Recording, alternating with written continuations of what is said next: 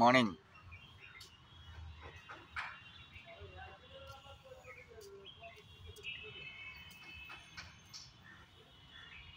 ছুটি তো উপভোগ করার জন্য।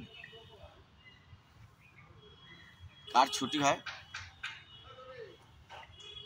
আমার তো মনে হয় যার টার্গেট হয়েছে তার ছুটি নেওয়া উচিত। যার টার্গেট হয়নি সে কী করে ছুটি নেবে? তার তো ছুটি নেই।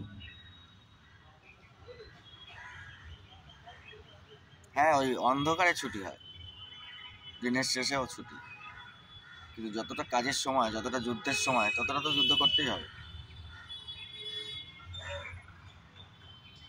জীবন চলার জন্য যুদ্ধ।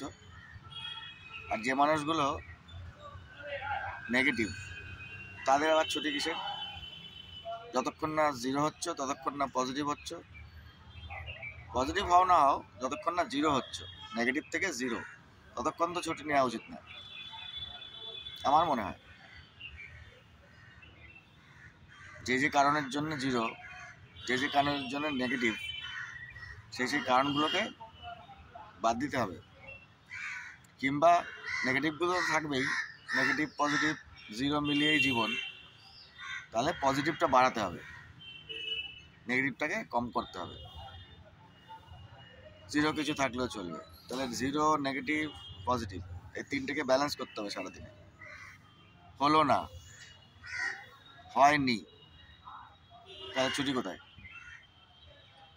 ছুটি নেই তো। তাহলে পজিটিভ হলে না ছুটি নেব,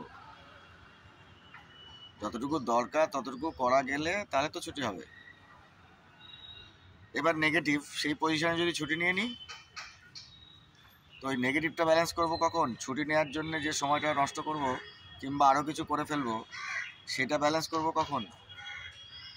তো এই পুরো ব্যাপারটাই তাহলে তো ভাগ্য দাঁড়ালো, কিংবা কর্ম দাঁড়ালো, হোয়াট এভার। তো এই ভাগ্য, কর্ম আর এর সঙ্গে জড়িত সব কিছু নিয়েই তো জীবন। এই সব কিছুকে যত তাড়াতাড়ি সম্ভব জিরো করতে হবে। যদি নেগেটিভ থাকেন জিরো করতে হবে, জিরো থেকে পজিটিভ হওয়ার সম্ভাবনা। তো তার আগে কয়েকদিন সবাইকে বুঝিয়ে টুঝিয়ে ছুটি নেওয়া যাবে না। আগে জিরো হই, তারপরে পজিটিভ হই, তারপরে ছুটি নেব। নাহলে তো যাদের জন্য ছুটি নেব মনে হয় না তারা ভালো থাকবে বলে। আর যদি তারা ভালো না থাকে তাহলে তো সব কিছুই গন্ডগোলের। So enjoy personal activities. Thank you.